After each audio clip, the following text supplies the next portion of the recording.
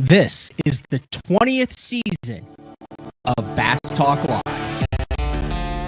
BTL is presented by Bass Cat Boat, King Lures, AFTCO, Pro Guy Batteries, Spro, Ollie Rods, Beat Down Out Line. BTL coming at you.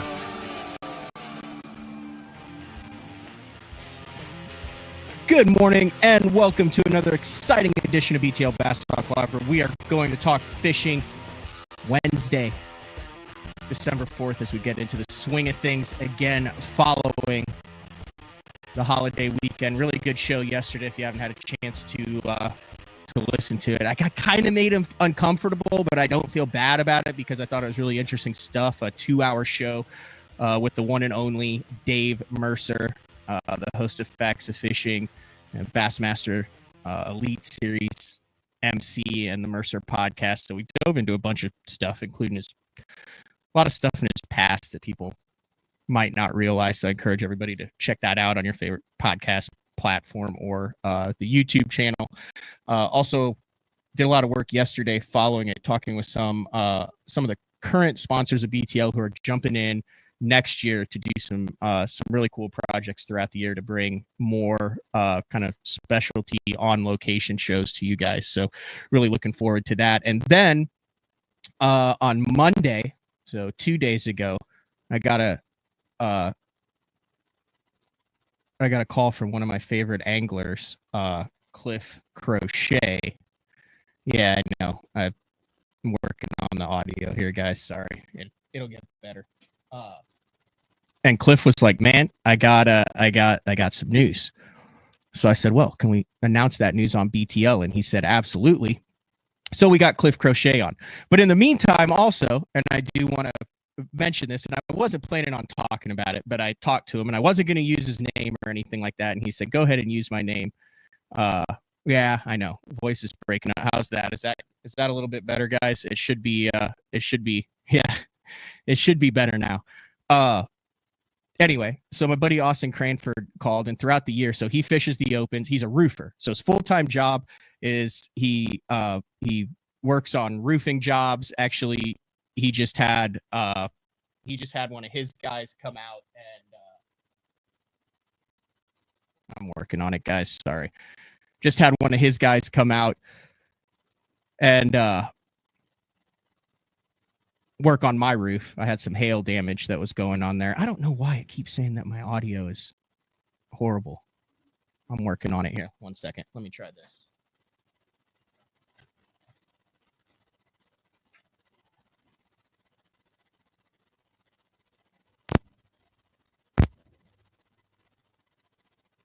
All right. Hopefully that should work. That should be a little bit better. We back good with the audio. BTL crackly is better than no BTL. All right. God, this might be the worst start to the show that I've had in a couple years. It'll get better with Cliff. So I talked to Austin Cranford. Fishes locally in Oklahoma, has fished locally in Oklahoma since he was 18 years old. And fishes some local team trails. Said he's fished out of them since he fished out of an aluminum boat.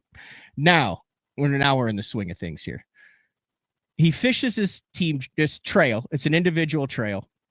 Has fished it. There's nothing in the rules that says you can't fish it. And he wins the majority of the tournaments this past year. Always talk to him. He's like, "Dude, I can't wait. I'm really looking forward to this local trail." It fishes the lakes that are within an hour of his house.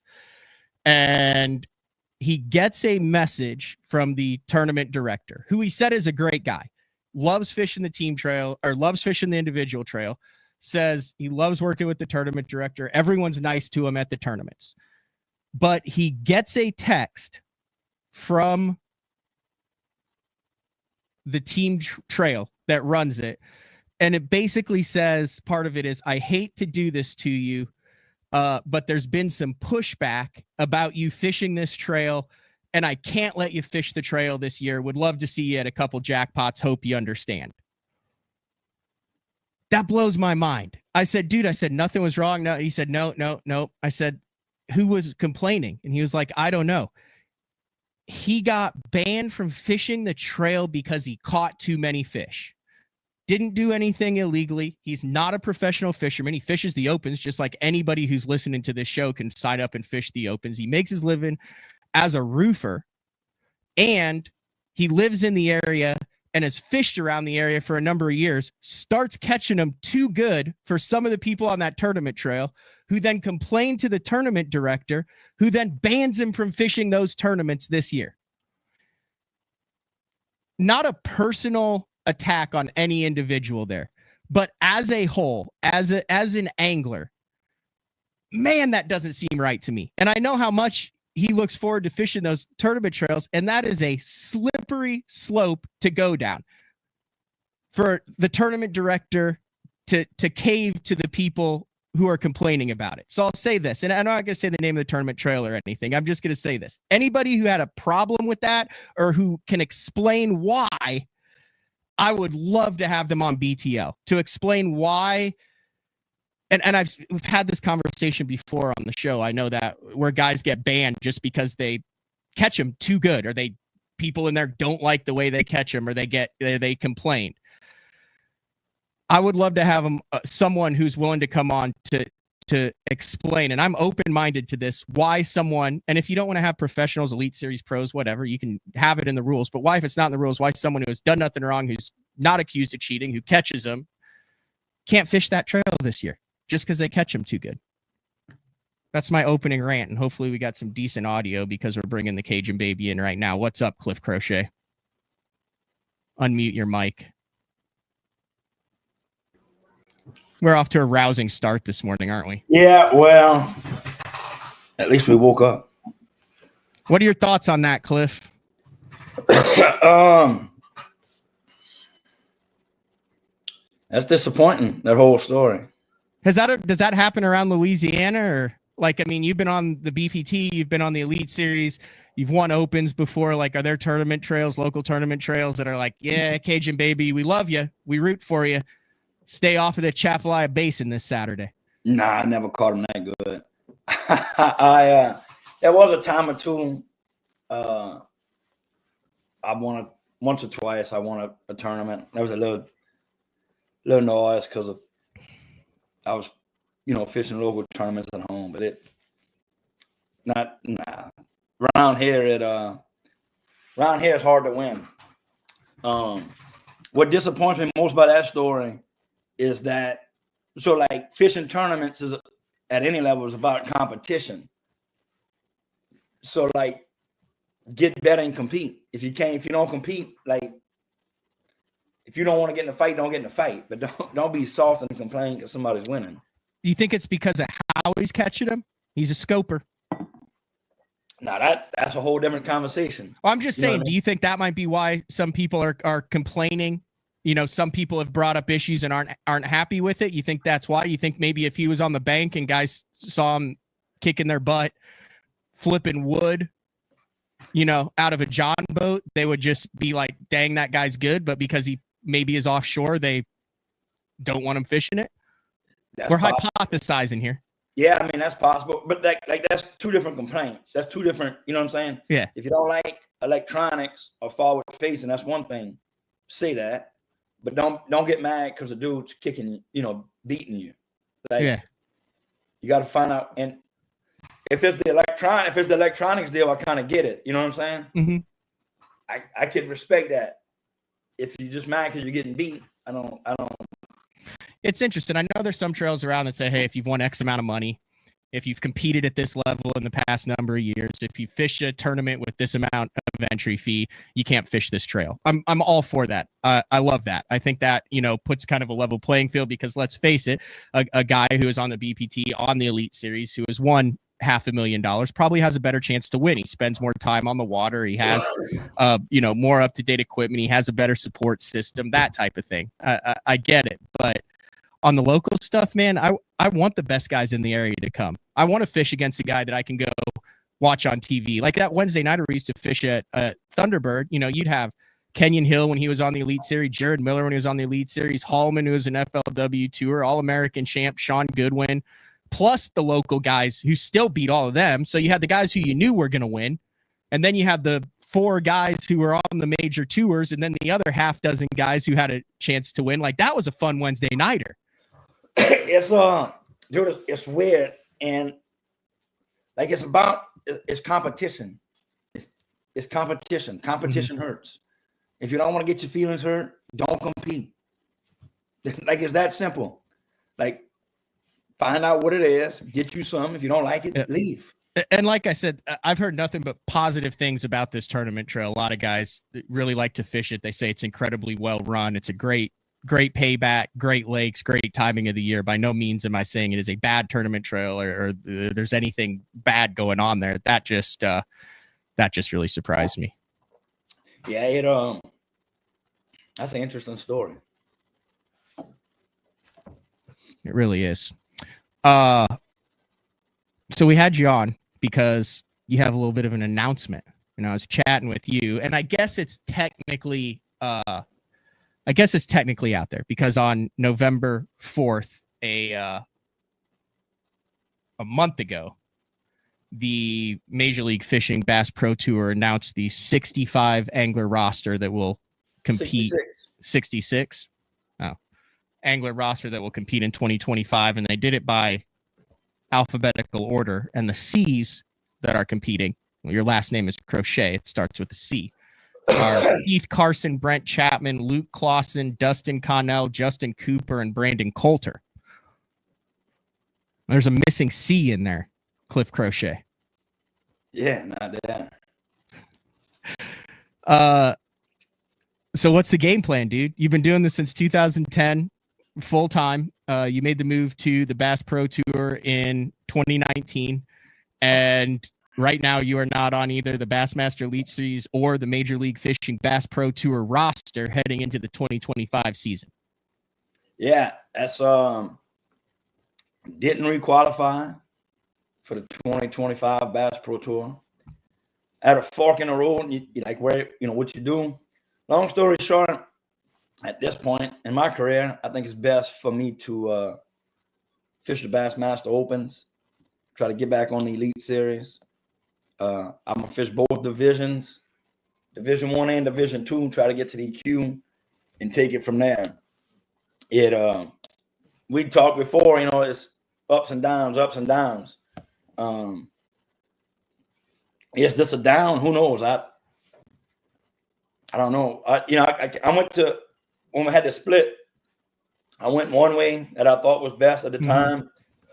I had a lot of fun and had some good times, that kind of stuff. And it led me to this.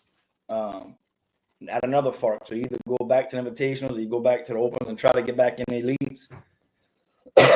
And I think I'm gonna go back to the Opens, try to get back in the Elites and take it from there. Had I re-qualified, I'd have went back. I'll tell you this. I'm no Bible thumper. I can't quote the Bible like some cats can. And but I think things happen for a reason. And it's always worked out before. I've got a good life, had fun, made a living. We'll just keep grinding, having fun, and keep making a living. It's all good. Try not to look too much into it, All right, let's compare then and now. The last time you fished a full Bassmaster Open schedule in an attempt to qualify for something, it would have been 2009. And the Central Opens, you finished 22nd out of Manny, Louisiana. Sam Rayburn finished 7th, and then in your home state there, 3rd place finish, and then you racked out a top 15 in the Classic in 2010. Go back to 2009. What was life like for the Cajun Baby in 2009 as you were attempting to qualify for that 2010 Bassmaster Elite Series season? So I'm gonna start in January of 2009, right? January of 2009. Working for the sheriff, and I was at a point. I was 25. It was my third year on Opens. I was making no money. I was having fun, dude. I was working, trying to qualify. I was aggravated because I always had $2,000 on my credit card I could never pay off, no matter how much overtime I worked or whatever. I felt the financial pressure. Little did I know, $2,000 of credit card debt is nothing in this game. It's kind of funny when I look back and think about that. But anyway, 2009, I had given myself till I was 30 years old to qualify to fish professionally, or I was gonna move on. And man, I felt like time was crunching. I didn't know if I could ever really qualify. It was the light was right at the end. I mean, so far away at the end of the tunnel. You don't really ever think you could qualify, but I just wanted to try. Went to Toledo Bend, had a good tournament. Went to Rayburn, which was in like September, had a good tournament. And I was like, after those two tournaments, I was in I think I was like 6th in the points. And I was like, dude, this is real. This is possible. This is it just snowballed quick. And at that point, like I was too stupid to realize, I was too ignorant to realize how far this dream was. You know what I'm saying? You don't think about it, you just go. And went fishing, caught a couple fish, and in 3 days I went from having a chance to being a Elite Series pro and a Classic qualifier. Like it happened that quick. If you look at it too much, you're like, there's no way it can happen. Everything got to go right, and there's a lot of stuff that got to happen. But you don't think about it. You just know it's possible. You go that way as hard as you can, and sometimes you end up across the finish line. A lot of times you end up short of the finish line, but if you go wide open, you go that way. It happened once, it might happen again. So when you started that 2010 season, I mean, right off the bat, they send you out to California, which is a long way from Louisiana. I would imagine you'd never been out there. Like, what was your sponsor situation then? Or were you fishing on Classic and Open earnings that entire first year? No, I was fishing on. So let me tell you a story about that 2009 season. I was at Rayburn. I finished 7th, 8th or something. I was top 10, 8th place or something. I was on the phone with my daddy. And right after that weigh-in, my daddy said, it says you're going to win $8,000. You're going to win $8,000 if you finish in 8th place or whatever. And I said, how much? He said, $8,000. I said, Daddy, I never seen $8,000. At that point in my life, I had never seen $8,000 cash. So I was like, damn, $8,000. So then we fished at the base and I won $12,000. I won some money at the Classic. At that point, I was funding it off of winnings. And then I had some what you call brother-in-law money. I had some local people give me 1,000 here, 5,000 here, a couple hundred here. People that had watched the trip, had watched the journey, took care of me. And I remember when I came there in 10 or 11 after you'd made the Classic, legitimately, like, you know how you see like high school football signs going down the road, like go team.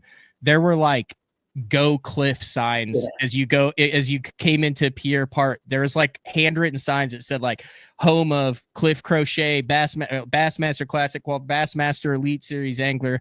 Like I remember one time you had me go in and get something out of a gas station. And I said, hey, go in and get it yourself. And you're like, okay, I will, but we'll be in there for half an hour. That's how proud Pierre Part was that you had made it. So that's cool that the community helped you out there. Yeah, Pierre Part, where I'm from, is dude, it's awesome. Awesome people, awesome support, very proud people, and they take care of the people that they take care of. That was pretty awesome. And then you're pretty much off and running on the 2010 season. Yeah, yeah, dude. So I qualify, right? I qualify, and first two tournaments was in California. Never been, I'm assuming. Never been west of Texas at that point. First two was in Texas. Third was in Virginia. Never been. For that entire length, I-10. It was interesting.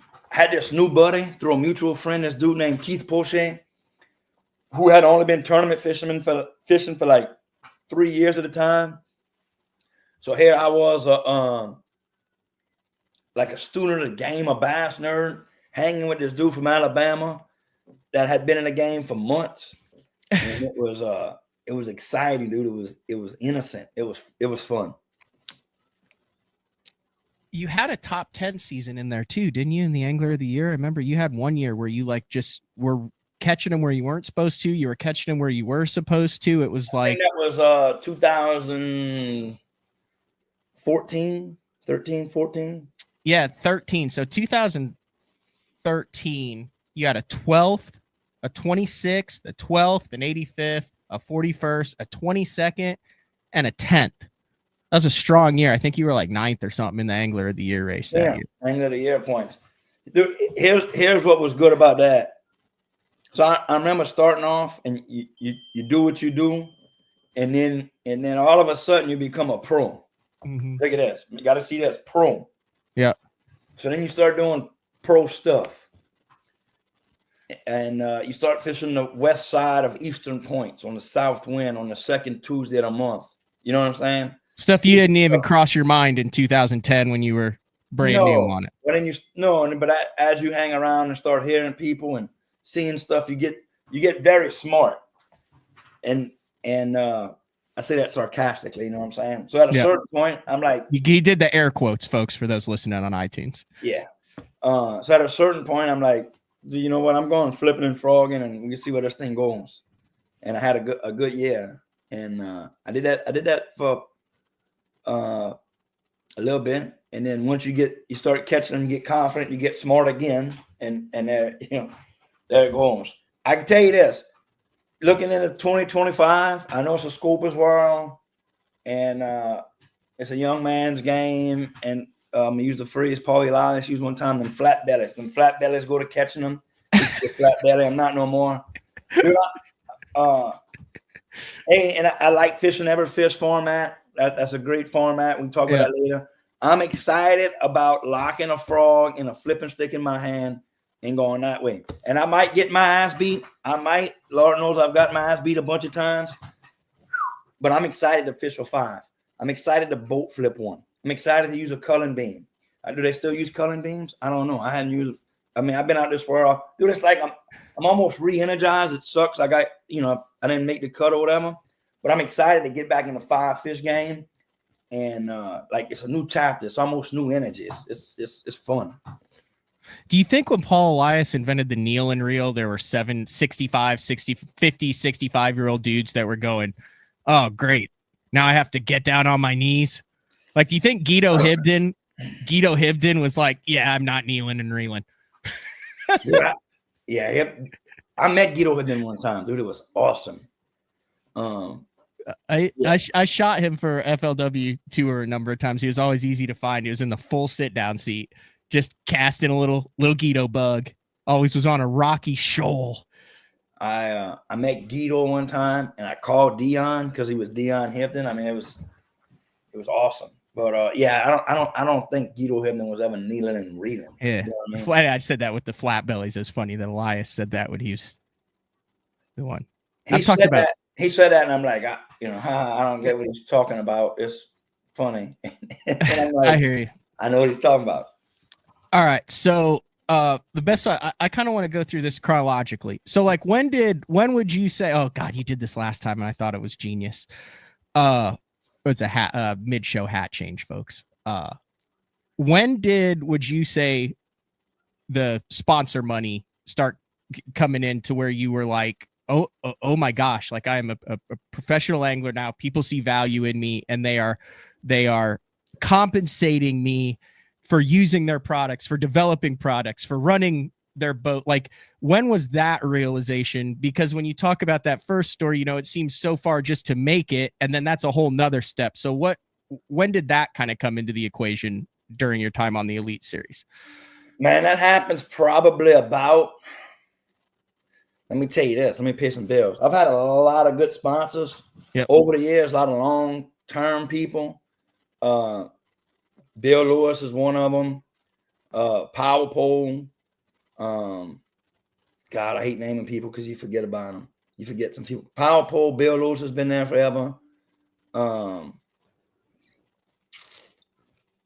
Of course, Cash King's been around for like 5 years. So there's a lot of good people I've dealt with for a long time. But you've been with Snag Proof a while too.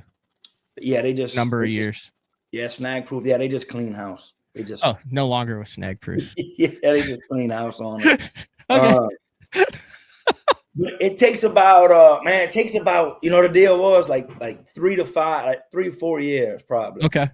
So like 2012, 2013, that time frame. Things kind of start happening. And it's not you gotta hang around long enough to be known and build a brand and that type of stuff.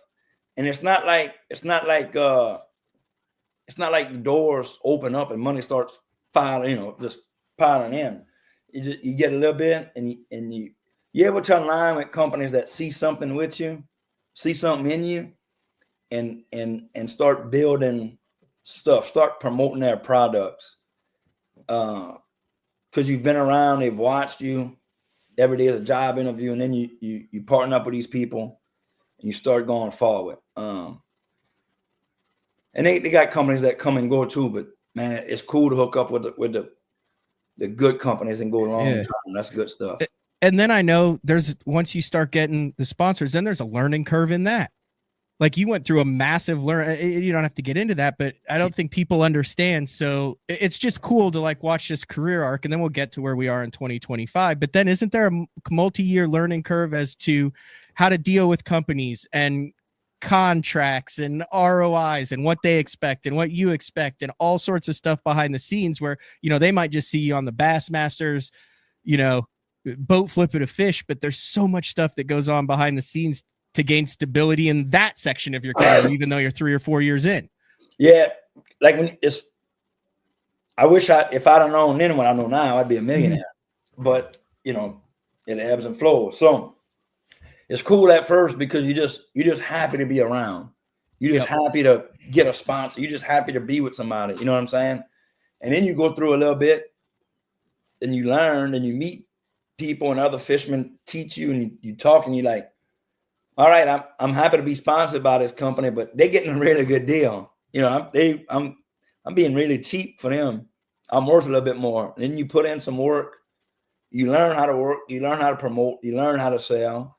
The company knows that they've gotten a pretty good deal on you. They appreciate that you've stuck around. They've seen that you've grown. Then they invest a little bit more money into you. As you start putting together a better product for them, you learn to negotiate better. And it's a learning curve deal. And learning how to produce off the water, which has changed from 2010 to 2025. Learning to get better on the water, learning to speak better, learning to communicate better. It's all a work in progress. You gotta, for anybody coming in, like you gotta remember, you talking about, for me, I went from being a cop to having to be an entrepreneur, and it's a process, dude, and you gotta enjoy it. It's a grind. So kind of right along that time also, you became a husband, you became a father, then you became Ben, and then Lee. Does that change your complete outlook on tournament fishing then? Now you're 8-9 years in, now you're married, now you had Ben for a couple years, and Lee, like, what was that like? A totally different perspective on tournament fishing then? Shoot, life changes at that point. Yeah. You know what I mean? I don't know if fishing changed a whole bunch because I enjoy fishing. I enjoy, dude, I've never worked a day in my life because I've always enjoyed my job.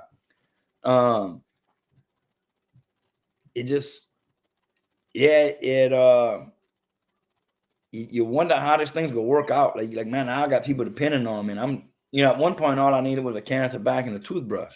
You know what I'm saying? Now I got to provide. That's very true. We knew you back then. And a dirty bass zone hat. Yeah. And a flipping stick. It changes it a little bit, but man, you just keep grinding and working it. It becomes a little, life gets scary at that time. It's, you know, when you get kids, it gets scary every day, but you just keep working, things work out. It's funny, before the show, you showed me Ben and Lee's football highlights. It's crazy, man. Like, I remember they were both just born, and now they're, you know, catching 30-yard passes, ripping off 60-yard runs up the middle.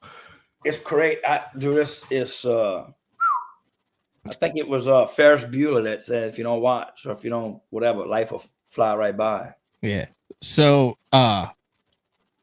you get to 2018, and then a bunch of stuff happens in the fishing world, and you're an angler just like all the other anglers were, where you received an invitation to leave the Bassmaster Elite Series that you'd been on since 2010 and go fish the new Bass Pro Tour with MLF. Tough decision, easy decision, exciting decision. Go back to that kind of wild 3 or 4 month period in professional bass fishing, and what do you remember about what that decision was like? That decision was dude, I can tell you what that decision for me, and that's like a 10-hour conversation. You can go like a million different ways with it. I can tell you, for me, financially at that point, when we was in a meeting and they said the anglers will be able to vote on entry fees, we could go no entry fees. I was like, oh my God, that's what I need. If I could get no entry fees, it would be a big lift for me and my family. Life is good. And that was the deciding factor for me. I was kind of treading water at the time. Mm-hmm.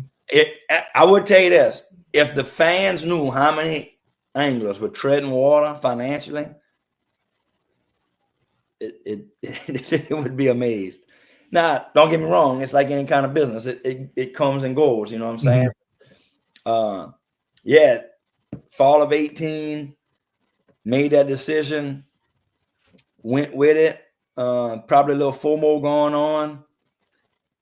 Major League Fishing did a good job of selling. And I could, you know, like I said, that's a 10-hour conversation we could talk about. No, I'm just trying to give people a snapshot of it. Yeah, like just a little timeline of how everything got to where we are on today's show. Yeah, made that decision, went with it, was excited, and took off in this new direction on the Bass Pro Tour. Format wise, there were, when we you use the air quotes, the pundits, guys like me and Jeffries, who talked about it on shows and stuff, would say, boy, you look at some guys and you're like, they're going to smoke it with the every fish counts, because it originally is the 1 pound minimum. And then there were a couple guys that we looked at that said it will be very interesting to see how they do under that format. Front and center were you, because you're a frogger, a flipper, 6-7 bites a day, boat flip them, call 1 or 2 times, key call 20 minutes before you come in, catch resident fish. And as you say, life is good. Did you immediately struggle with the every fish counts format once you kind of got into the BPT? Did you try to change your style? Like, what was that like, going from boxing the 5, and as soon as you caught your 5th, the weight's off your shoulders, to, oh, Jacob Wheeler has 170 pounds and I'm looking for my 3rd bite? The deal for that, I stayed the same. Mm-hmm. Maybe I reeled a little bit more and then tried to cover a little bit more water. The biggest deal in that format is to find out what group you're playing in, right? So you got 5 dudes that'll go smoke them. And then, 6 through whatever is going to be all right. And then there's going to be a group that's going to battle around a cut line. And then there's a group that's not going to catch them. You got to, like, if you in a cut line group, that's the dude you got to compete against. You can't worry about the guys that are leading, because you're just not going to catch them. You're just not on those fish. You know what I'm saying? If you're a dude that's leading, well, then you fight for the lead. You can't You got to see where you at in the standings. And it took a minute to figure that out. You know what I'm saying? I would tell you this, that format is fun. If you get a chance to fish it, fish it. I fished a couple of them. It's a cool blast. Format. Except every fish you lose is like the end of the world. Like when you got a good 5 fish limit and you dump a 3, but your smallest is a 3 1/4, you're like, I didn't need it. You dump it in every fish, and you're like, oh, you just eats at you. Yeah, that was starting that deal was it was fun, dude. It was fun. It was I kind of changed a little bit, but not kind of kept doing my whole deal. We was in North Carolina, right? Fishing one, Raleigh, North Carolina, fishing one. And in practice, I caught like an 8-pounder on a swim bait on a bridge. And I'm like, dude, all I need to catch is 2 or 3 fish. You know, if I can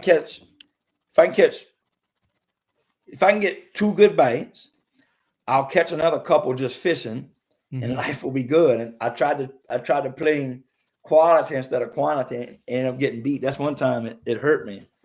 But figuring out that format, or trying to figure it out, was at that time it was fun. Yeah, it's cool. Like last year, you caught 102 bass in 7 events, and it seems like you were always like 1 fish away from making the cut. Like the ones you didn't make the cut, like it seems, they take the top 20. It seems like I always saw you in like 21st to 25th place. Yeah, one thing I did learn in that format is like and this is where my style ended up hurting me. Like if you get 8 bites in a 5-fish tournament, you miss 2, you catch 6, you call, we good. You know what I'm saying? Yeah. But in that format, you need to get 10 bites, because in fishing you're gonna miss fish. Fish are gonna miss you. They come off. So you can't play with, like, let's say if you need 8 bites, you need to get 10 or 11 bites for those couple that go bad on you. And that's what killed me. And there was a year of 5 fish in there. 2023 MLF did go to 5 fish for a single year, but then went back to the every fish counts format. All right. So let's fast forward a couple years then. So 2023, 2024 comes around, and we start hearing there might be some changes to MLF. There's some press releases that they're going to go to cut to 50. And then it comes out, well, we're going to cut to 50 in 2 years, but it's going to be 65 this year. All sorts of reasonings to get into that. Like, you want to talk about 10-hour conversations. There's a 10-hour conversation in that.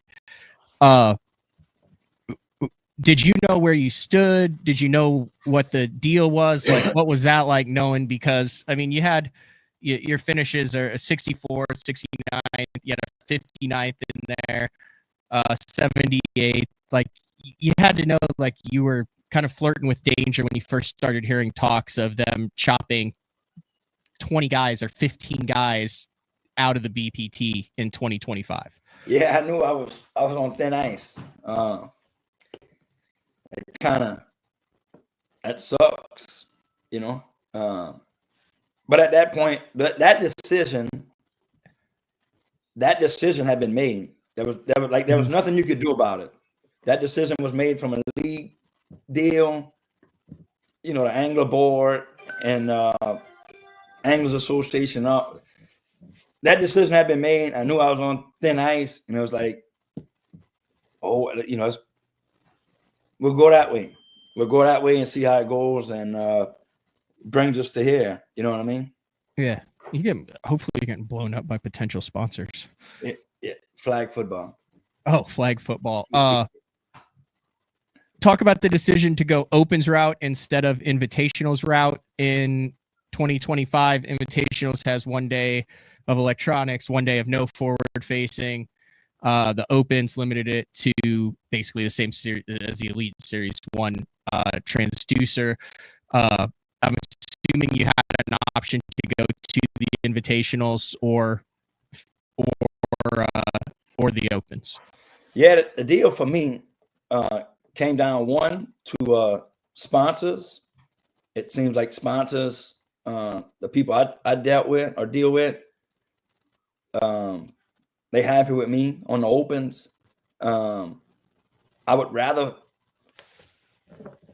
fish without forward facing sonar, which is they don't have, or the invitations have a 1 day with, 1 day without. But man, my sponsors seem to like the opens. I like to fish a classic again, and you know, I want to fish for 5 again. Another couple more things I'm looking forward to. I'm looking forward to a weighing again, bro. Like, I ain't been on a weighing stage in like 6 years. I'm looking forward to that.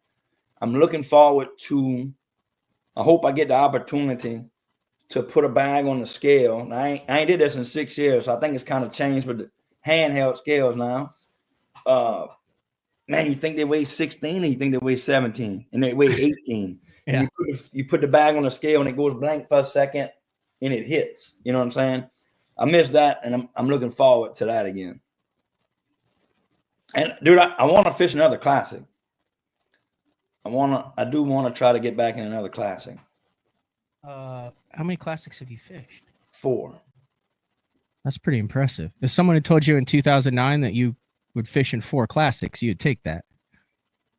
Oh yeah, yeah, dude. If it ends today, I'm thankful. I've done everything I wanted to do. In my, I mean, I hadn't won a classic, I hadn't won Angler of the Year, but dude, I'm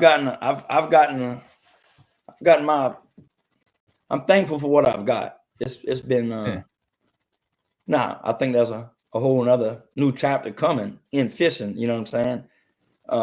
But if I drop dead right now, don't cry for me. I've had a good ride, you know what I'm saying?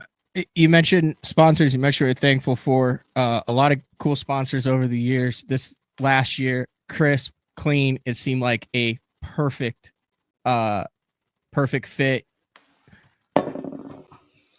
There it is, right there. Money, dude. The Cajun two-step. Talk a little bit about that. Talk about the conversation that you've had with your sponsors about going to the Open. Who's coming with you? I would love to see that. I mean, that was like a Cajun Baby wrap there. Talk about long-time sponsors. You forget them. K2 Coolers, been there forever. That's another good one. Steel Cracker, Cajun two-step. It just works, bro. It works. It's a lot of fun. I've never been involved with a brand or a company that makes things just gets people excited throughout the industry, even non-fishing people. Dude, I'll be going down the interstate and people pull up on you and they take pictures of stuff, you know. But like, people see the truck on the boat and they're like, "That's him." And I'm like, "Nah, sorry, it's not him. It's just me." But the excitement that logo brings to people and the smile that it puts on their face is awesome to see. Still a chance that Cajun two-step will be with you in the Opens journey? Yeah, Cajun two-step will be around. They'll be with me. They Still Cracker likes it. He likes to watch. Now, I got to remember, he's been a part of this journey since 2006, 7, 8, way back when. Because back when I was working for the sheriff, he was working for state police. You know, we be shooting the breeze, working nights, talking about, you know, what you doing this weekend, what you doing that, you know, what's been going on, shooting the breeze. And I'm just like, bro, I was fishing BFLs and Federation at that time. And I just talk about fishing professionally. So you've known, its name's Justin, right? Yeah. So you've known him since back, like that far back in the day. Yeah. Well, we've known each other since football, Little League football, Baylor Fools Raiders football. Play with or against each other? He's a little bit older. He was a team above me. Okay. But yeah, I mean, yeah. So like he watched. Did we talk? I mean, he don't know nothing about tournament fishing, but I tell them, man, if I could win this tournament and make that tournament and qualify for this tournament, I'd be working like overtime or swapping with people to go to this tournament or that tournament. And he saw all that, like he saw the old school stuff, trying to make it happen. And have you fished with him? Like, you got him in the boat yet? We've never fished together. Dude, you guys have to get together in the boat with a cameraman in there, and then just get you two up on the front deck and have at it. So we tried to get together. We need to get together. We'll do it. We'll go probably like we'll do like bait casting versus cane pole. He like to catch some shoe pick with that cane pole. You know what I mean? No, I really don't, Cliff. You don't know what I'm talking about? No, I don't. Man, shoe pick with the cane pole. Yeah, you take a big long piece of bamboo or whatever it is, like 12 foot long. Like you just go cut it. Yeah, you buy them in the store too. Okay. And then you tie a piece of rope with a cork, with a hook, and you just throw it out there. You just, you know what I'm saying? Yeah. Okay. And with the cork, and then when that shoe pick bite, you just shoe pick is grin on bowfin, dogfish. And I've heard that they're deceptively they're very good eating. Yeah, they're good eating. And then that rascal hits that your car goes by, goes under, you hit him, and you just walk back and flop him on the bank, and there you go. So I'm thinking maybe flipping stick versus cane pole. What are you putting on the cane pole? Like a goldfish or like a chicken liver? Like a piece of shrimp. Oh, okay. Or a night crawler, something like that. So you kind of got to watch him explode, like as a social media influencer, and as he grew his brand, just like he's kind of gotten to watch you grow your brand. Yeah, his has grown much faster, much more profitable. But yeah, I'd imagine that. Kind of same thing. If you don't know what I'm talking about, if it's a stale cracker _official on Instagram. I'm sure he's on all the other platforms too, but he is a what would you call him, a Cajun personality, lifestyle personality. He's a chef, entrepreneur, big hunter. He's a big hunter, entertainer, a man of many trades and talents. He's got his own products, cooking products. He's a little bit of everything. He's a couillon, is what he is. A what? A couillon. I don't know what that is. That's fool in French. You say somebody's a couillon, like they fool, they silly. You know what I mean? I got you. Can we talk about fishing styles in the opens, Cliff? Yeah. Listen, I've been out there for the last 5 years getting my butt kicked. Now, I've never won an open. I've never fished on the Elite Series like you have. I don't have $750,000 in earnings and 4 Bassmaster Classics. But there is a new breed out there. And you pride yourself in being as old school as it gets. How are you going to compete against the new breed? And I asked that looking at uber talented guys like Randall Tharp and Russ Lane and Ish going into his 3rd year. Bobby Lane narrowly missed it. Can an old school angler compete in a new school world of the opens? I think so. I like to think so. The deal is you just got to execute, man. That's a big deal. You got to execute. And going back to, like, we talked 2009, 2010, I didn't know what else to do. I went that way. I threw a frog, I flipped, and that's kind of my approach going forward. That approach might have cost me, that approach has been the downfall of my career, but it's also been the upside of my career. So, do I take all my experience and try to use it to my advantage, or do I try to reboot this thing and learn this new technique? And I've tried a little bit. I put a little time into forward facing, trying to learn it. But I mean, yeah, they still buy the black and blue jig. They still buy the spinning bee. You just gotta, things just gotta go right, bro. It's an interesting game. But one thing I have learned is you got to be black or white. You can't be green. Not many people are good being green. You know what I'm saying? But if you do one thing and do it well, I think you can be successful. You got to, you just got to keep going. Mm-hmm. Just like I know with frog fishing, for example, you keep going. If you keep in your hand, you keep going. Eventually, you get bites. You know what I'm saying? If you don't get bit in 30 minutes and you go scoping and you scope for 30 minutes, you probably won't get bit doing that either. You got to, at a certain point, I think you just got to sell out and roll with it. That's true. Yeah. So I clicked on it. Someone said there's an age verification on the Cajun two-step site. I clicked on the age verification and then I went to home. So there it is. Because I think they sell knives on there. That's the issue. Oh, okay. They sell bourbon is what Drunkwood's saying. So it's age verification. But yeah, you can check out all the stuff and it's got a link to all his videos and stuff. Make sure if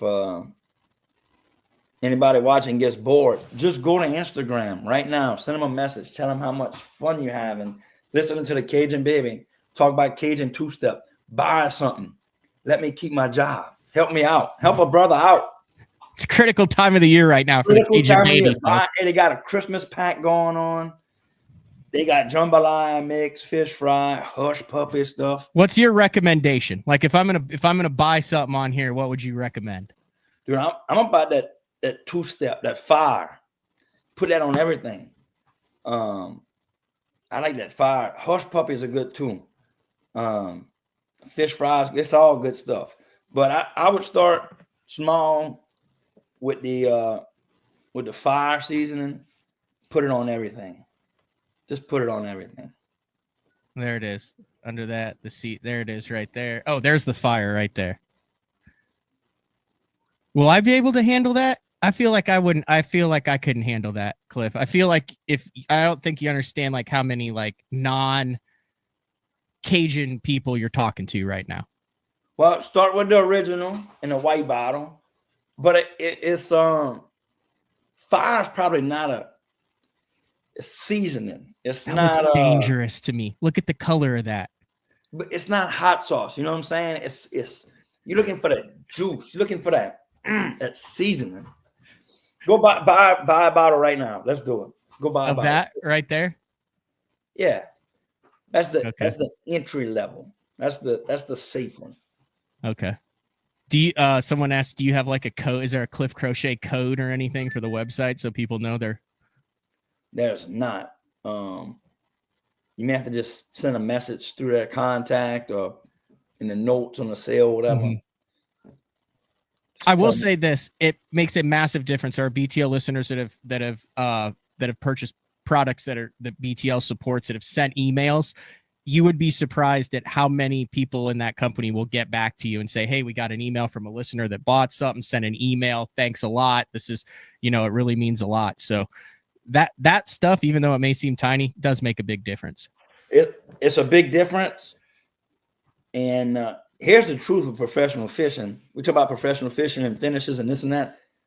That's a whole different side of it, and that's sales. So those emails help. Yeah, big time. Yeah, that money dip's good too. But that money dip is like it's like a sauce. It's like a crawfish dip kind of. That money dip's good with like French fries. Chicken's good on burgers. It's just a good sauce. It's good stuff. Which open are you looking forward to or most excited about? Do you do that, or you take it just kind of like you have the rest of your career, whatever the hell's in front of you is what you're fishing next with a positive attitude? Yeah, I'm gonna just whatever's up next, because when you get a little bit too excited, you start planning, you start thinking stuff. That's when it goes bad. I mean, one of the best tournaments I had my rookie season was at Clark's Hill. When it's a lake I had never been to, and I saw something like, oh, that looks good, and it almost worked for a win. Yeah. So I'm just kind of like whatever's in front of me, let's go. I would tell you what I'm looking forward to in this part of my career too. When I was at Bass, when I was at Bassmaster, first couple years, you're happy to be there. You're just trying to make it. Then you get involved in the game a little bit, and you start worrying about how to make things better. Oh man, if we could do this would be better for the fishermen.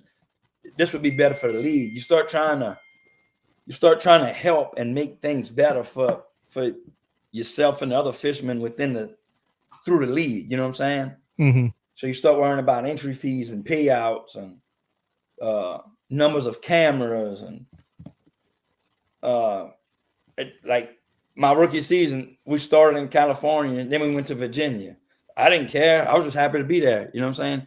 If a league put that schedule out now, the fishermen would complain so much. Yeah, they would riot now if they were like, "What, California to Virginia? We ain't fishing." We'd cut up. But then I go to Major League Fishing, and we start doing a deal. And then, man, if we did this, the league changed this. They shouldn't have changed that. You start concerning yourself, wanting to genuinely trying to make it better. You know what I'm saying? And then you figure out nobody cares. The leagues don't care, whatever. So I'm like, dude, it don't matter what organization you fish with. There's pros and cons in those organizations to entry fees, payouts, formats. Listen to me. It don't matter. I'm looking forward to going fishing. Just going fishing, putting 5 in the box. That's what I'm really looking forward to. I feel like you're a guy who likes chatting with a co-angler, and you haven't had a co-angler in a while. That's gonna be interesting. Like I could see that as maybe helping you. I could see that as maybe having someone in the path there to kind of cut up with, calm down. Yeah, man, good co-anglers are good. Good co-anglers are cool. Other co-anglers, 99.9% of co-anglers I've had on my board, I think it's been a good deal. Yep. There's been one or two over a long time that, maybe sometimes people just clash. But co-anglers are something that, you got to bring back into the picture. And it's all good, dude. Just don't cast over my line and it will be good. Well, I have a feeling that your casts aren't going to be very long in the majority of these tournaments. Well, I who knows? Maybe we get co-anglers in the boat. Maybe I take them fishing instead of scoping. Maybe I become a favorite with the co-anglers. They buy more products. I get bigger contracts, and it's all good. Listen, I've scoped the last 2 years, and I've had more co-anglers top 10 behind me than I ever did pre-scope. They love me. I had a dude get in the boat with me at the Red River, and he goes, "I'm so pumped to draw you." He goes, "My buddy drew you in the last tournament." And I said, "Oh, the guy who won?" He goes, "Yeah." He said, "You're awesome to fish behind." I said, "I am not sure that is a compliment to me or not." Yeah, I mean, he was saying it as a compliment, but I don't know. I don't know if that's a really, really big compliment. Yeah, co-anglers will be interesting again. But it's all just fishing, bro. You just got to catch them. We're on the 4th hat change. You got a new Ranger this year? I got one coming. Problem is I got one sitting in the shed too. I need it sold. 2024 Ranger Z520 loaded Lowrance Dakota Lithium Power Pole Move trolling motor. If you're interested, Cliff Crochet, Facebook. Send me a message. Let me know. Price to move. Price to move. Is that always a stress every year? Is selling your previous year's boat? Sometimes it is, man. Sometimes you get lucky and you get it sold before it ever hits the water, and then sometimes it's just hard to sell them. but like that, whoever's gonna buy it, that dude's gonna buy it. It's just, do you run into him in June, January, December? Because like, it's not like I've ever sold a boat, and I've sold some pretty easy, but it's not like I've sold one and then I've had like 6 more people call disappointed that it's gone, looking for it, you know. Yeah, that is a interesting deal. But you know, I don't know why you got to sell them. You get them free anyway. You know what I'm saying? That's also air quotes. Yeah. What else you want to talk about, Cajun Baby? I don't know, man. I'm excited to go fishing, bro. I'm excited to see you at a couple derbies. So it's weird. It's full circle, man. Like 2009 opens. Look at how much life has happened in between there. And 2025, 15 years later, back fishing all the opens, trying to make the Elite Series. It's weird changed. How life works. So much has changed, but so much is the same. Big announcement. You talk about big announcements. I can't believe I let this slide till this late in the game. One of the biggest things that happened in my career that was a big deal for me and introduced me to a lot of people and introduced a lot of people to me. We did In the House. Oh, God. Bass Zone. We are bringing it back. One final In the House on Bass Zone. Cliff, we haven't filmed anything outside of the BTL for like 6 years now. Well, that's about to change because we have one final In the House. I don't even have the audio, obviously the audio equipment. Apparently, do I sound clear to you? I got you. Yeah, I don't know. Apparently my audio's been bad, but it's just a podcast. Who needs good audio for a podcast? I don't think you understand. That is a archived section of Bass Zone history. The In the Houses, like you can't just snap your fingers and bring it back. Did you own a company? You can snap your fingers and do whatever. It's 2025. We could do it on an iPhone. We could, but I wouldn't want to do it on an iPhone. I'd like to do it like, officially like we did last time. Well, officially. Dude, we was in my mom and daddy's pool house. Yeah, so separate house. Like it's you have like your own house. Yeah, I got my own house. Yeah, well, back then you did. It wasn't like you said your mom and dad's pool house, but it was like a separate house from it. It was like tricked out bachelor pad, high school football jersey on the wall, newspaper articles, a bundle of Falcon rods in the corner, stacks of rattle traps. Like, I mean, it was. And then how about John Beckwith? Thankful I got to hang out with John Beckwith for, a couple years. John was a good dude. Big thanks to John Beckwith. Yeah, those are I'm trying to think. Maybe we could. So, I mentioned on yesterday's show, I do have a lot of changes coming in 2025. I'll talk with you off air about it. It wouldn't be an In the House, but it would be in the house. No, man, you get what I'm saying? Listen to what I'm saying. It wouldn't be an In the House, but it would be in the house. In the house. Let's go In the House. Let's set it. The fans want it. The fans want to see it. I get emails every day about y'all do In the House. In the House. No, you don't. No, but I don't. But definitely don't. I don't. But that's like a dude on social media that says, I get a lot of questions asking about what's my favorite season. And so since y'all asked, it's Cajun two-step. The only thing that's true is questions about what's my favorite drink cup.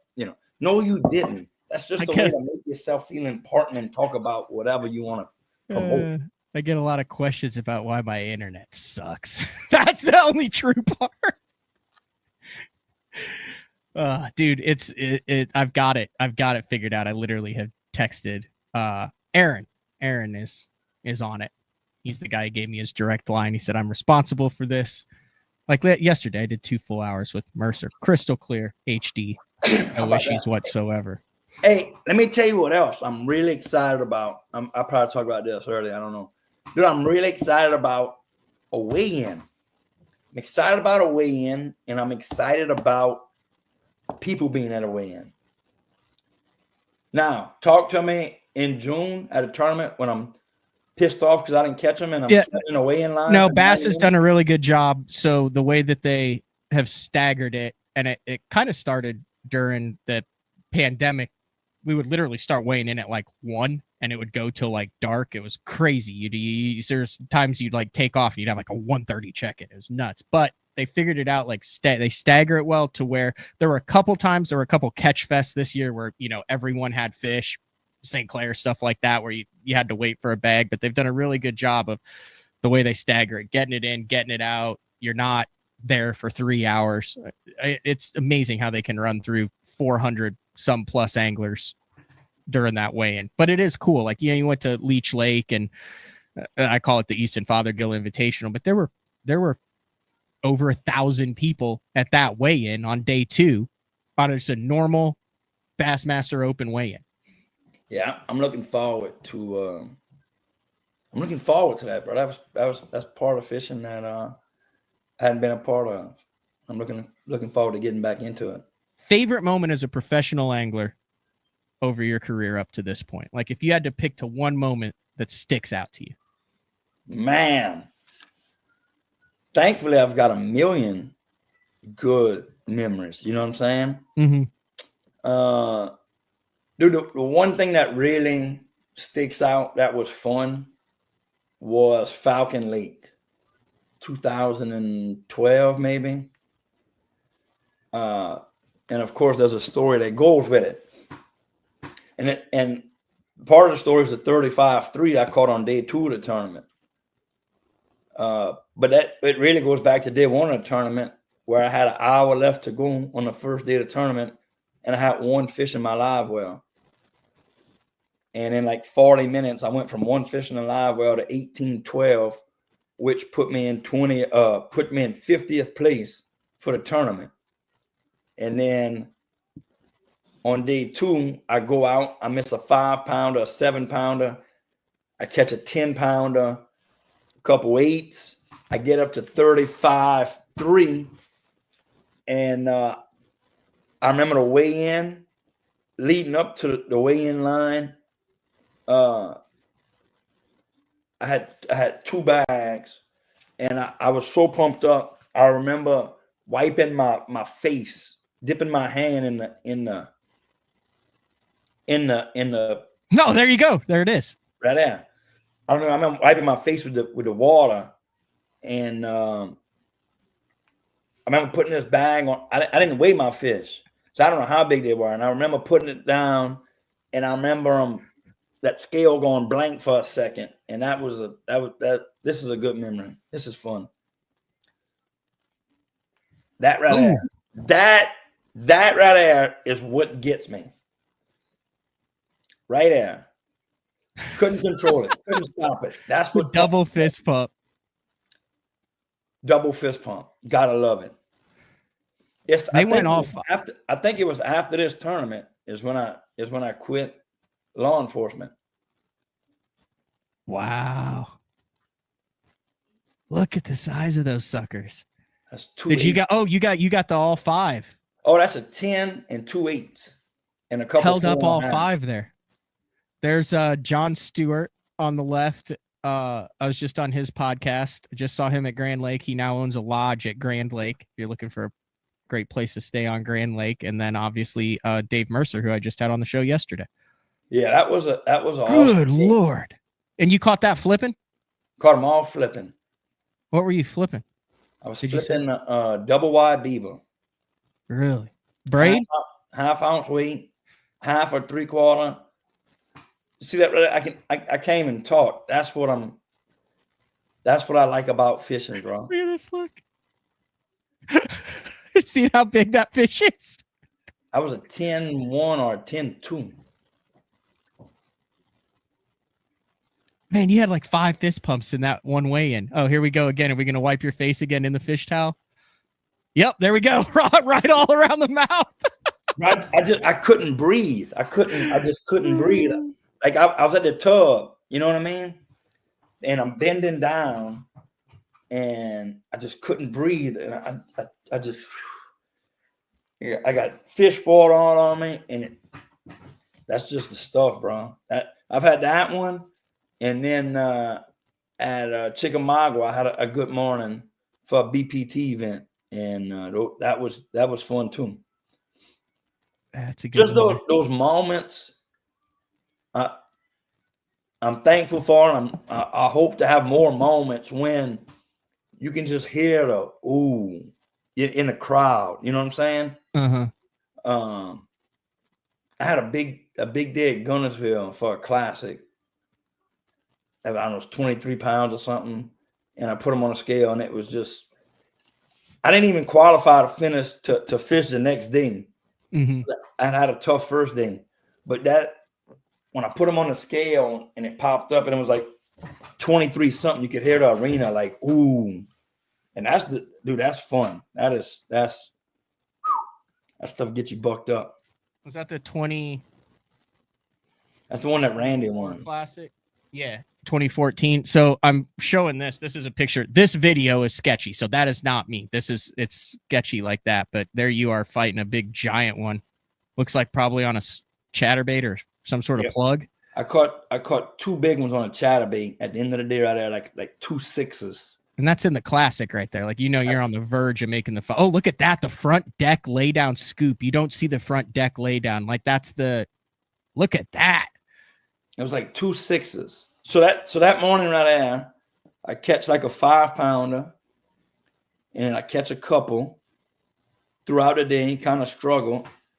And then I go ahead and with like an hour to go, I catch 2 6s. I was like, oh my God.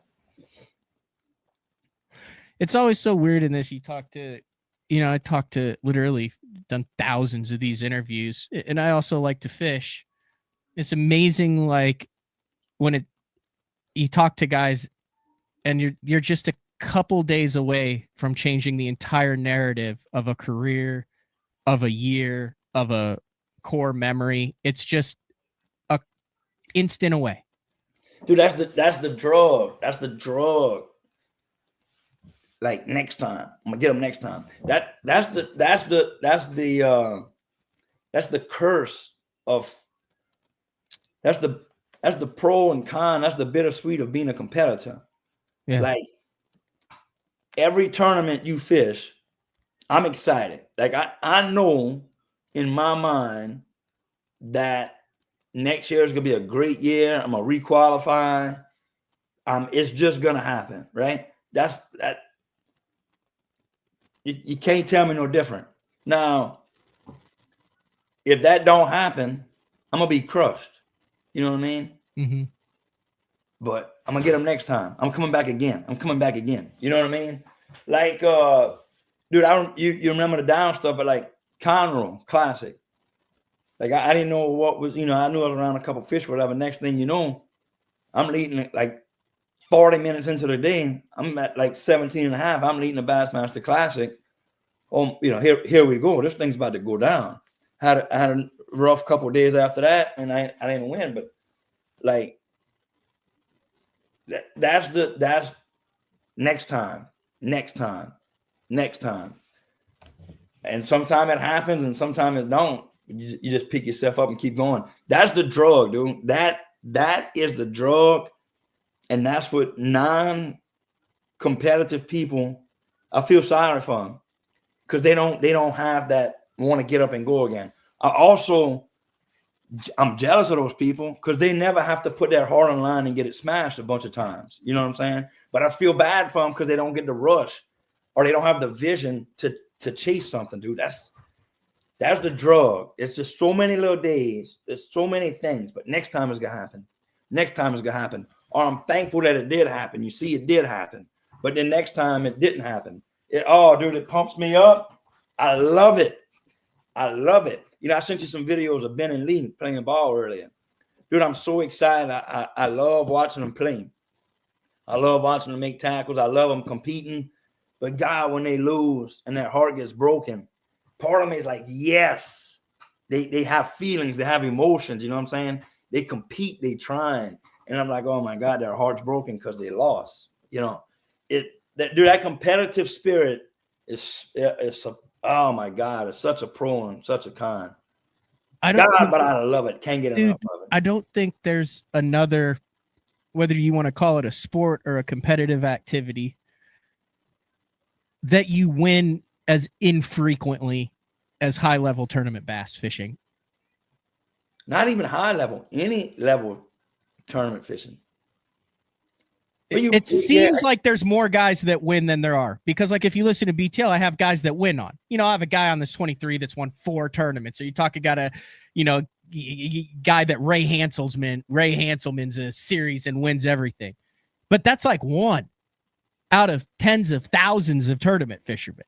Like it's if you have to win, it is not the activity for you.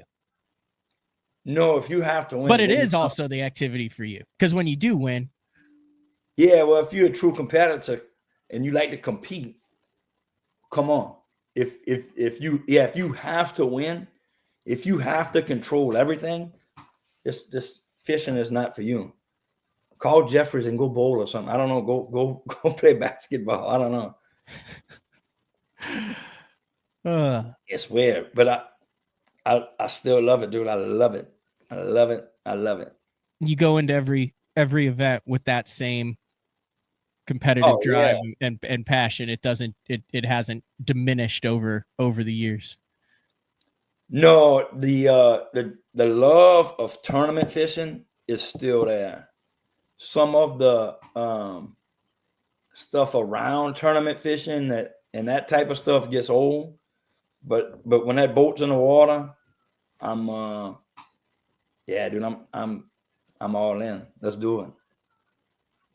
Corey says he's younger. He got into Bassmaster recently and didn't know you. He said, "You are the you're the man." I don't know if I'm the man, but you're kind of the man, dude. Like, I mean, you're your personality. Like you're the man. Like you've carved out a niche in the sport. You know what I mean? Yeah. I don't know if I did that on purpose. Well, I think the way you do that is you do it. You just be yourself, and you be honest, and you have integrity, and that's how you do it. Like if you're doing it on purpose, then you're intentionally doing things to make yourself liked by others or to make yourself. If you're just by yourself and it happens naturally, that's where, that's where the magic is. Yeah. Just for me, like I talked about earlier, I've been able to have fun in life. Mm-hmm. I don't have a big house, whatever. I got a good looking wife now. Nice Christmas tree. Smoking hot fiance. That's a whole nother old school Cliff Crochet thing back in the classic.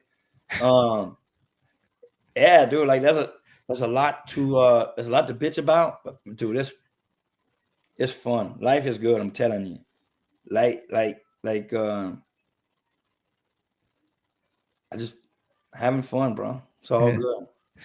And you'll be at all 8 stops of the Bassmaster Opens in 2025 in a quest to make the Bassmaster EQs, in a quest to finish in the top 10 there and return in a chariot of fire and glory to the 2026 Bassmaster Elite Series, and hopefully the 2026 Bassmaster Classic as well. That would be awesome. That's the plan. 3 days away. Dude, here's a good thing about it. And I thought about this is how it was back in the day. I could give you a million reasons why that's not gonna work. I give you a million. No doubt reasons why that's not gonna work. But all you need is one reason to make it work. That's how you gotta look at it. That's how you gotta look at it. For me, if you look I don't know if that's great advice or dangerous advice. Well, I don't know. I'm sure there's some people that have been. But you could also say that greatness is a result of flirting with danger. Yeah, because it's a risk that a lot aren't willing to take. Yep. Yes, it's interesting, dude. It's awesome. At the same time, I'm saying it's awesome. I'm like, God, it sucks, bro. Because God, just get a normal job and be normal and work 8 to 4. You know what I'm saying? But not right now. Not yet. Mm-hmm. How about the people that went order some 2-step? I love you. They're ordering it now. I do, before I let you go, want to say I got a tad arrogant following the 20 4-3 drubbing, the ground and pound attack on Alabama that OU had. And then LSU brought us back to reality really quick last week. Well, that happens to a lot of people when they come to the real Death Valley. You know what I mean? The real Death Valley. I'm sure that'll poke somebody somewhere. Wow, there's people out in the Carolinas throwing stuff at their computer screens right now. Dude, how about the Cox, huh? I mean, look. I think they're gonna make it. Clemson does his deal, Dabo, whatever. Miraculously, Dabo has found money and is gonna pay people next year. But how about the Cox, bro? Beamer ball. That's always LSU beat them this year, but I like to see them win. I do believe we play LSU next year in Norman, right? Let's get it on.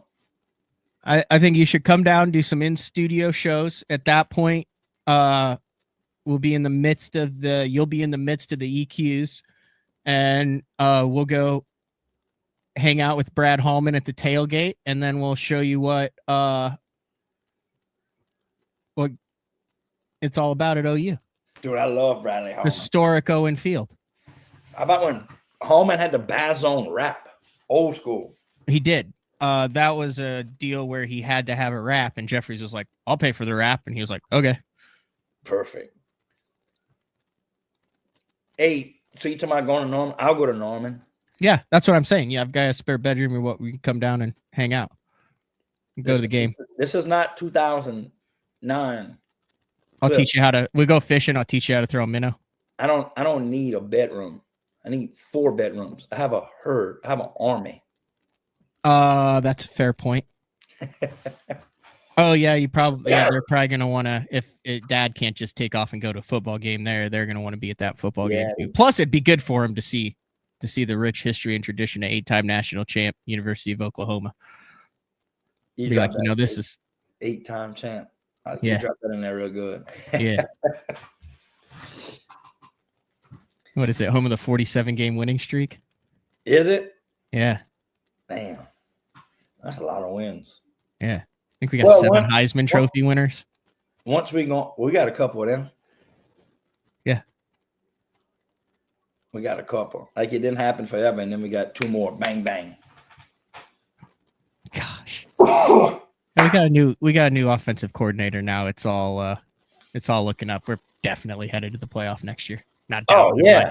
Yeah. It'd be a lot of fun if LSU was in this year, but ebb and flow, bro. Ebb and flow. It's like my internet signal.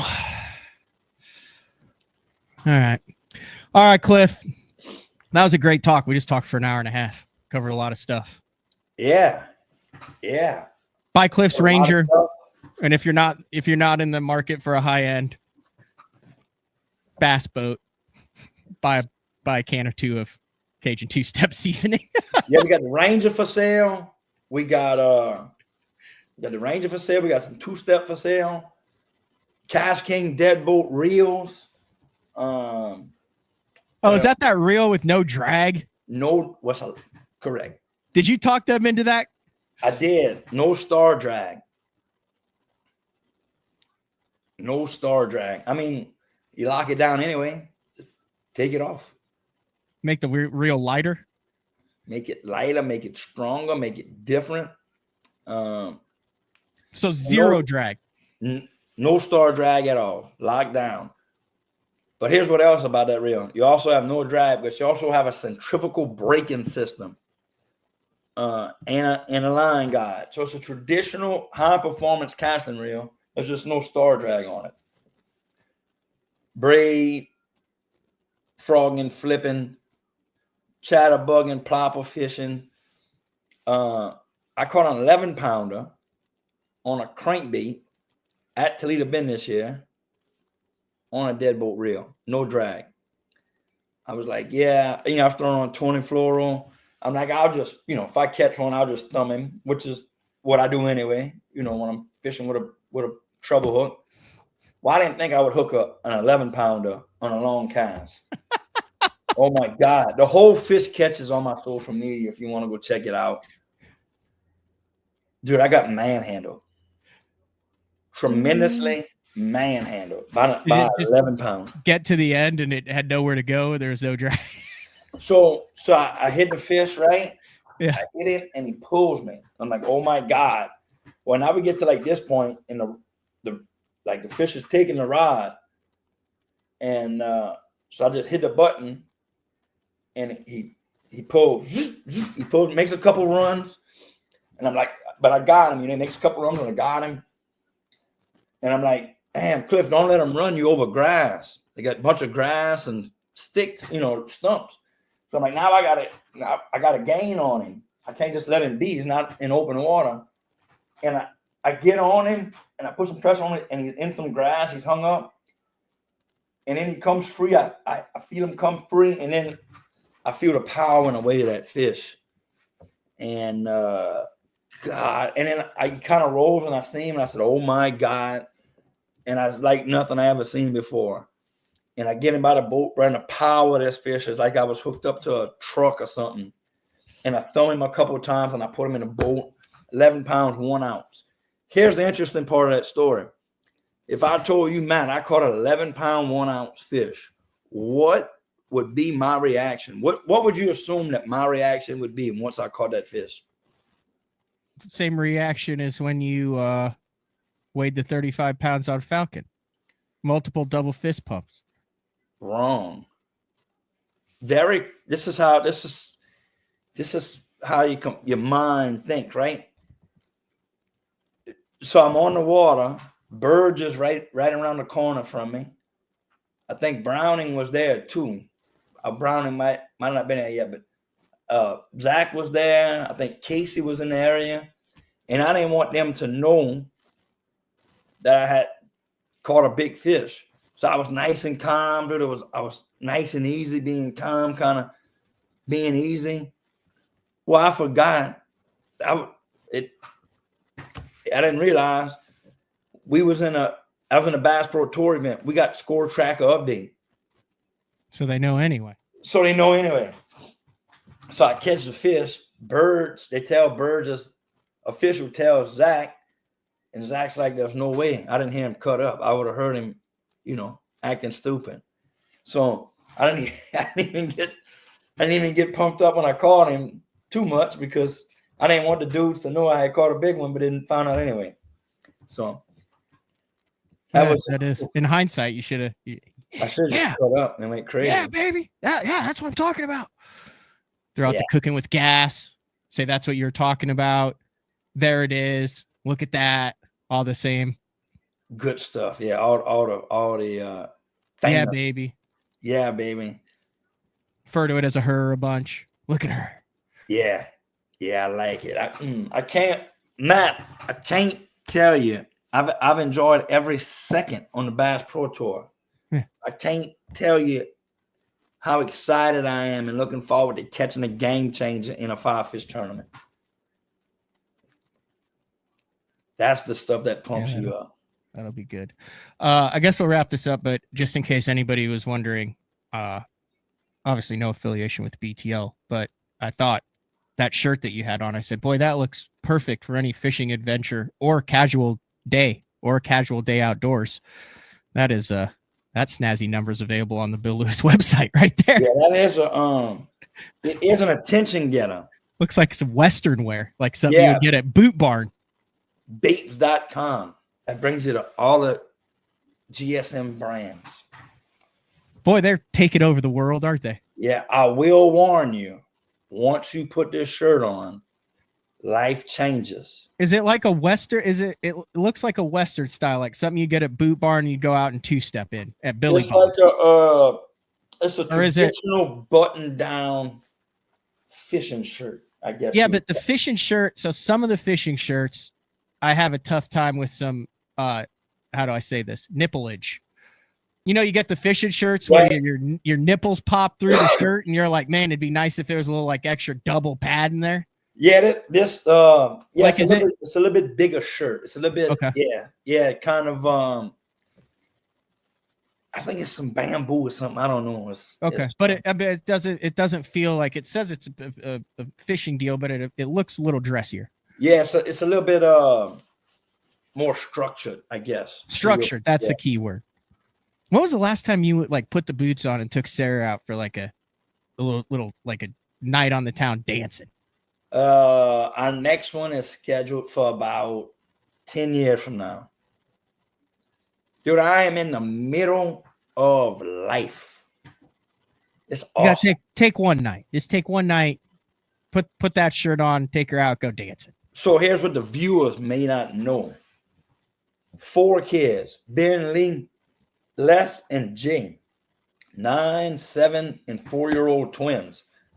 So that's why I'm in complete life mode.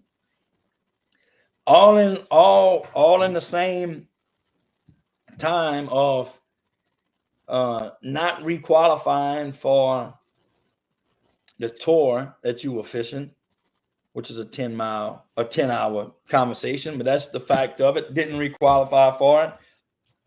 Trying to re-qualify for another tour in the part of the country's worst economic time in recent history. Dude, life is good. If you're not having fun doing this, you better go find something else, huh? That's the truth. Gotta love it. That is the truth. All right, Cliff. I greatly appreciate the hour and a half. You're the man.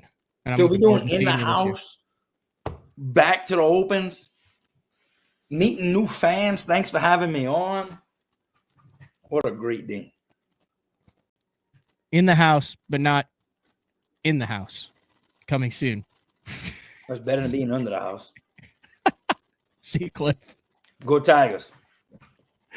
All right, the one and only Cliff Crochet. Back live tomorrow, 8:30 a.m. Frank Scalish. We'll talk all things winter fishing. Some cold weather stuff.